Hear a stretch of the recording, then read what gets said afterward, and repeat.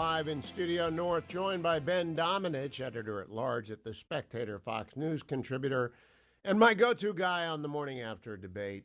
Thank goodness we don't have to do this too often, Ben, because my head's going to explode at the moderators.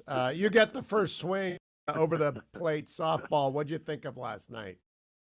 Well, look, Hugh, I mean, I think you and I have both suffered through many terrible debates, many debates that were mismanaged, many debates that, are just not memorable for various reasons. This one is memorable. It's memorable both for one of, I think, the best performances that we have seen from a relative unknown on the debate stage in the modern era in J.D. Vance, and someone who is also relatively unknown being on the flip side of that, just a horrific performance by Tim Walz. And when I say that that's something that stands out, I think that it's particularly damning for Democrats for two reasons. One is I think that you and I both expected that J.D. Vance would have a good performance.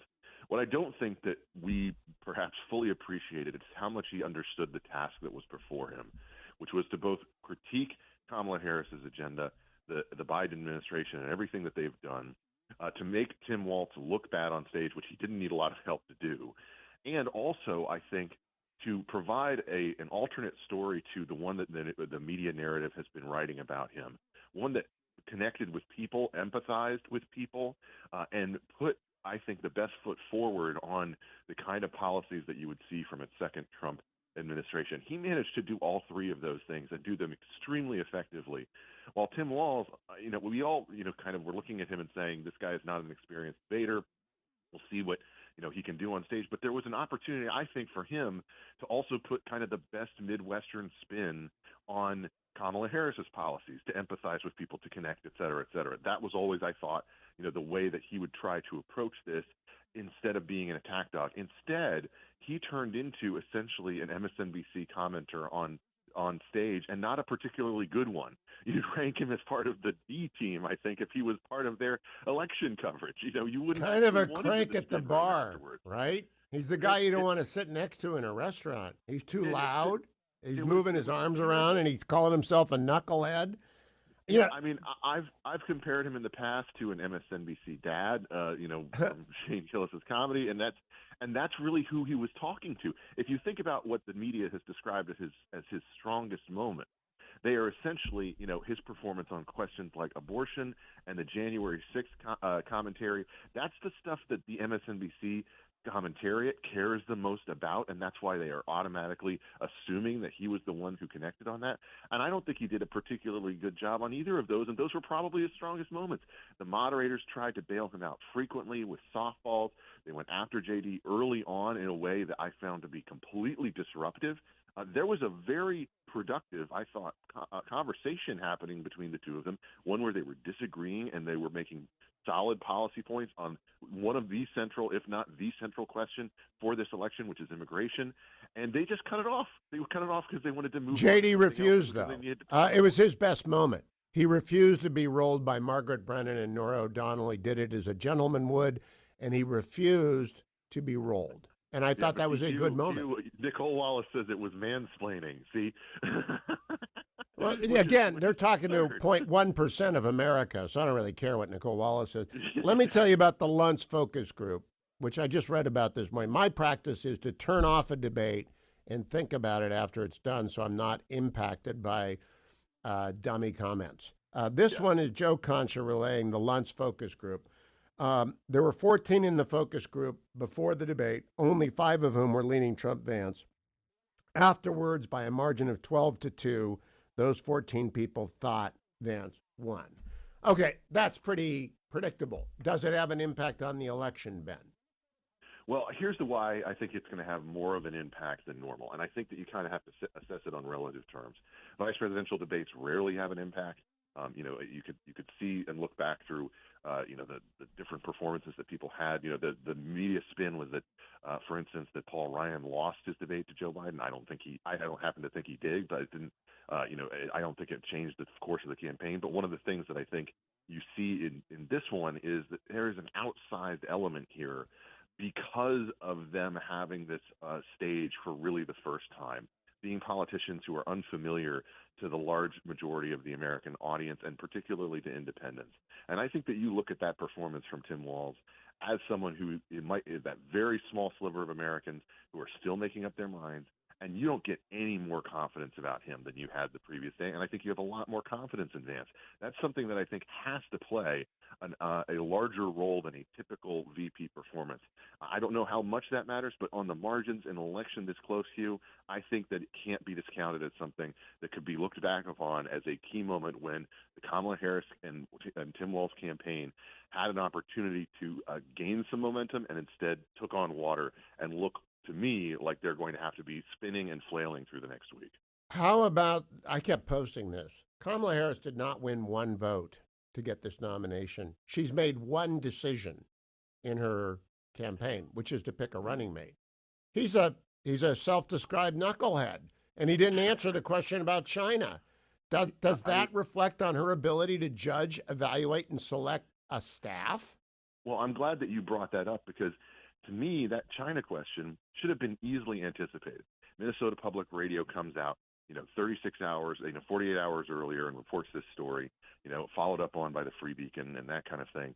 And so it's an obvious question that's going to be asked of him. It's just clear, this is going to be one you're going to have to deal with, Tim. You can't form an answer in 48 hours to explain why you lied for so long about being in China during Tiananmen. Well, I mean, it's by the way, these distinctions matter. I was in China covering the Hong Kong protests right before COVID and the shutdowns and everything that happened there, with Senator Josh Hawley and with Ted Cruz there at the same time. I was covering that on the ground. I would never describe myself as being there, for instance, during the most violent stage of those protests. It's a distinction because that happened at different times, and yet he obviously fudged that in order to make for a more compelling story politically, which is the disturbing thing about his lies, by the way, Hugh. He always is lying in a way that's designed to make for this a more compelling story. It's not just big fish stories. It's something he's a serial fabulist. Let me Yeah. ask you about this. Bill Bennett and I used to go out on the road together before Bill retired from radio. And in the early years of the War on Terror, he said, the good news is we are raising up a generation of young men and women who are warriors, and they will change America's politics. I think in Tom Cotton's appearances on the Sunday shows and J.D. Vance's last night, we're beginning to see that. Do you expect more of that, Ben, going forward? I absolutely do, and I think that it's a very powerful and an impressive group of people who've gone through experiences that tested them and that put them through a lot. I'm the same age, obviously. I'm a year and a half older than J.D. Vance, and it's one of these things where the experiences that you go through teach you a lot of things. It's one of the reasons that they have a different approach to politics, but also, I think, a different approach to the media. I think a previous generation of politicians might have been more deferential to those moderators in that moment, but because he's gone through the experience of seeing the way that they've covered Republican politicians for so many years, he had the deftness in that moment to respond effectively. And I think to point out something and to make clear, I'm actually making a substantive point here. It's true, it's right, and it's worth talking about. They tried to shut him down, and when they're doing that, that that's because he's making a point that is strong that they don't want him to make. It was sloppy, and I think it paid to his benefit. And just one more thing, Hugh. I look at this debate both through the context of what's going on right now in this moment, and also the sort of context of there are people who are distrustful of the age factor in this election, that Kamala Harris has been presenting herself as hopeful and joyful, and Trump's of the past, and he's going to be older, et cetera. Waltz tried to do a little bit of that last night. I think that when you look at J.D. Vance, you can't help but have confidence that this is a guy who's ready to step into a significant role and be there on day one, prepared to do the job of vice president without any question. And that's just not Now, true. Ben, I'm going to ask you to stay if you can. I don't know if you can because I only booked you for 1 second, but I want to talk to you about what wasn't discussed last night. Again, education, learning loss, COVID shutdown, school choice. There is so much that wasn't discussed, and it's because our media is fundamentally captured by, I mean, who's running this, Ben? I know because I've been there, but who do you think is running this?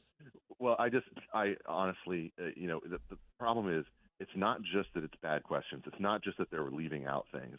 It's that they are pressing their foot on the scale in so many obvious ways that even people who are not dedicated partisans see it. It's why the trust in media is so low. It's why there's no accountability. It's why they never want to look back at the mistakes that they made, that their networks made, that their newspapers made. They never question them until afterwards. They never question them until after the decisions have been made. And that's what's so corrupt about it.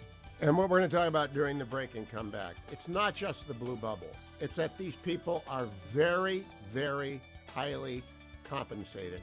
They never drive themselves. They don't worry about child care. It's all theoretical to them. They don't have to worry about learning loss. We'll talk about it during the break and come back as well. Ben Domenech is my guest. Stay tuned. I'm back with Ben Domenech during the break, and I want to save learning loss for when we're back on, Ben. I want to talk about with you China. In the last two debates, Xi Jinping has been treated as a Voldemort kind of character. He must not be named by the networks. And it's been pointed out to me that both ABC, I knew ABC is owned by Disney with parks, but I didn't realize that CBS has got a Paramount tie and they need the Chinese market as well. Is that the explanation? Is it just money? I think that it's actually a more significant part of this whole conversation than people necessarily recognize, Hugh. And I'm glad that you raise it because it's something that's been of concern to me for quite some time. The temptation of the Chinese market, and the need to be able to manage expectations related to it is a real driver for these major corporate media entities. And it's something that they obviously have in the back of their head when it comes to asking some of these questions. And it is something where I believe that there is pressure put upon them from the top down that says, we should be careful when we're talking about this. We don't want to offend them. Just think about how the Chinese responded to very basic insults that they detected in our media. Think about how they responded to the jacket and Top Gun and things like that. The NBA, the NBA general manager of the Houston club. Yes, the Houston Rockets, and the way that they reacted to all sorts of different things that made ESPN do things like change their geography of the South China Sea and stuff like that. It's completely a factor, and we should appreciate it as for one of the major reasons why we cannot continue to have this kind of moderation in presidential debates going forward. I know you and I have talked about this in the past, but it cannot be a factor in the questions that get asked. And this is obviously a huge issue in terms of something that's going to be confronted within the next 4 years by this administration. Major questions. Just asking Tim Walz, saying, you've been to China all the time. You say you learned a lot from it. What do you think about our policies related to Taiwan? What should we be doing when you have ships getting rammed? What you should be doing right now to prepare to prevent, a broader conflict, a broader war, in the South China Sea, and how can we bolster our allies in the region? That's a good question to ask to somebody who's talked about how he's been to China so many times and has formed his opinions related to that. That's something. What about Jimmy Lai? What about the Uyghurs? I mean, there are so many questions that don't get asked. Let me ask you this, Ben, before we go back on here, because it's a quiz. Do you know who the vice presidential nominees in 1940 were? Franklin Roosevelt against Wendell Willkie, but they're not. Their vice presidents were Henry Wallace and Charles McNary. Now, can you imagine in 1940 a debate between those two individuals, not mentioning Germany's invasion of Poland or Japan's invasion of China? That's what was last night. I was going to say I remembered Wallace, but I was not remembering. Sorry, I would have failed the second question of the quiz. But here's the deal. It's so pressing, it's so obvious, and you could ask the question from so many different angles, and they didn't spend any time on it. They spent more time on climate. By the way, a softball for Tim Walz that I think he did a terrible job of. I don't know if you saw. Oh my gosh, yeah. The reactions from some of the people who were responding to this online from some of the other opinion groups, but the fact is that they actually gave that answer to J.D. Vance in a number of the different assessments. Which, if you can't answer a question about climate, I think you're worse than replacement level Democrat. You're worse than generic Democrat. That's a little baseball analytics sneaking in there. Okay, stand by, Ben Domenech.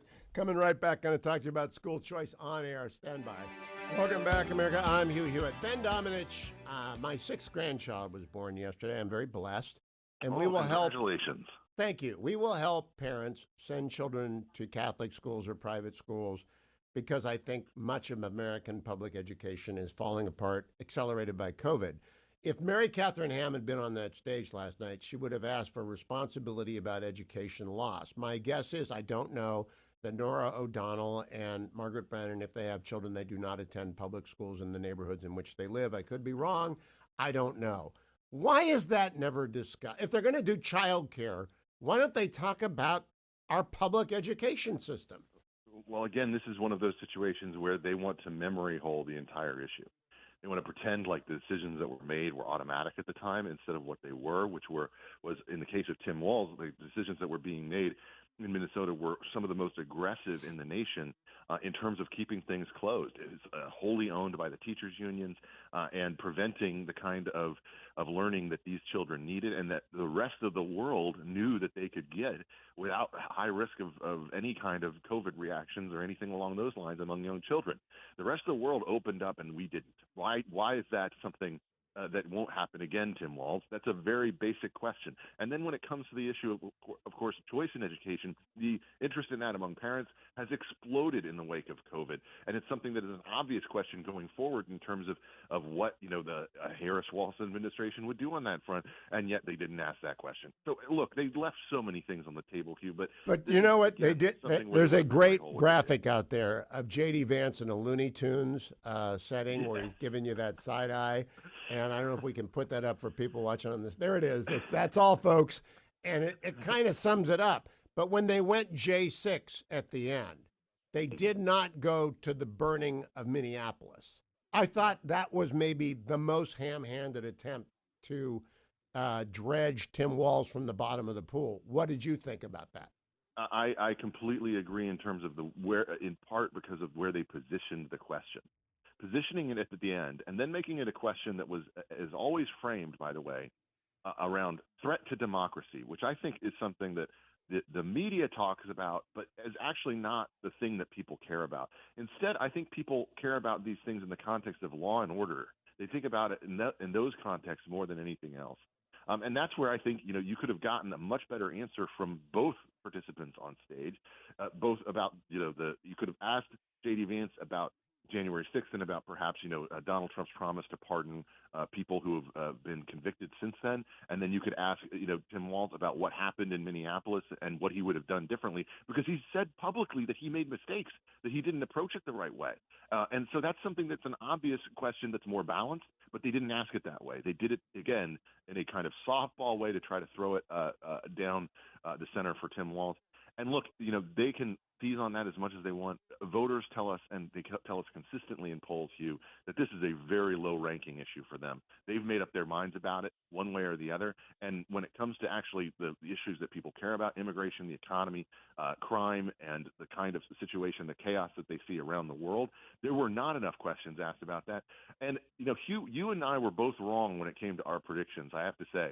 You predicted that they were going to use that Zelensky comment against him, which I was frankly shocked that they did not, because I thought you were right. And then I thought that Tim Walz would end up getting angry, that he might, sort of lean into that thing that we've seen him do a couple times in the past in exchanges with voters. Instead, it was almost worse than that. I think if he had gotten more passionate on something, he perhaps would have had a better debate. But he seemed woefully unprepared. They did not screen test Tim Walz. They really did not screen test. He's terrible on television. Just absolutely terrible. Yes. And JD, to his credit, because JD is, and you and I both, know and have met him. He is a policy wonk. He is a nerd. Okay, he really is, and that's who he is deep down. Not all policy wonks can perform the way that he did last night, which was smooth, empathetic, prepared, knowledgeable without seeming like he's talking down to the audience, not being a smart aleck, not letting the obvious media tilt get under his skin. And I thought answering every question that they threw at him very capably. I don't agree with him on every single issue, but I thought that performance was really one for the books. It's something that's memorable. And you know what? Restraint is an undervalued ability. And he was restrained and calm and a grown-up and reassuring. Ben Domenech, thank you for the extra time this morning.